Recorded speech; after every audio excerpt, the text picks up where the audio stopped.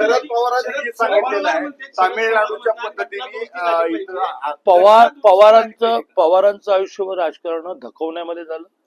मी ग्रामीण माणूस असल्यामुळे ग्रामीण शब्द धकवणं म्हणजे काय, आजचा दिवस काढून घ्या. तमिळनाडूला मिळालेलं आरक्षण आजही सुप्रीम कोर्टात आहे, आजही सुप्रीम कोर्ट त्याचा निर्णय लागला नाही, आजही सुप्रीम कोर्टात. आणि त्यामुळे ते जेव्हा केव्हा येईल ना ऐरणी होतं ते पण जाईल. याचं कारण जोपर्यंत आपली घटना आणि घटना म्हणण्यापेक्षा त्यावर दिलेले सुप्रीम कोर्टाचे निर्णय हे 50% एक्सीड घालत नाही. एकदाच सुप्रीम कोर्टाने 50% एक्सीड दिलं, ते आपण घालून बसलो. दॅट इज EWS, आर्थिकदृष्ट्या मागासांची वर्षाला आई वडिलांचं उत्पन्न 8 लाखापेक्षा कमी असणाऱ्यांचे आरक्षण सुप्रीम कोर्टाने मस्त शिक्कामोर्तब केलंय. ते खरं मराठ्यांचं आरक्षण आहे.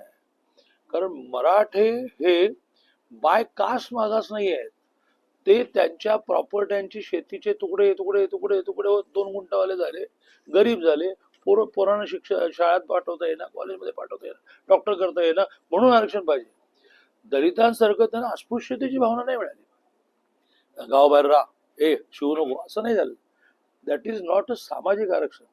ते आर्थिक आणि शैक्षणिक मागासांचं आरक्षण असल्यामुळे ते आरक्षण देताना आपल्याला 50% एक्सीड करता येत नाही. फक्त ज्याचा फायदा मराठ्यांना खूप झाला, आजही होईल, उद्या होऊ शकतो, ते आर्थिक मागासांचं आरक्षण आहे, ज्याला सुप्रीम कोर्टाने शिक्कामोर्तब केलं. चलो 10% एक्सीड करू. त्याच्या व्यतिरिक्त तमिळनाडू सहित कोणालाही 50% एक्सीड करायला दिलेलं नाहीये.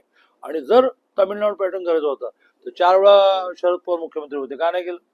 तमिळनाडूचा विषय हा 89चा आहे. हा, त्याच्या आधी एकदा मुख्यमंत्री होते शरद पवार, त्यानंतर 3दा होते.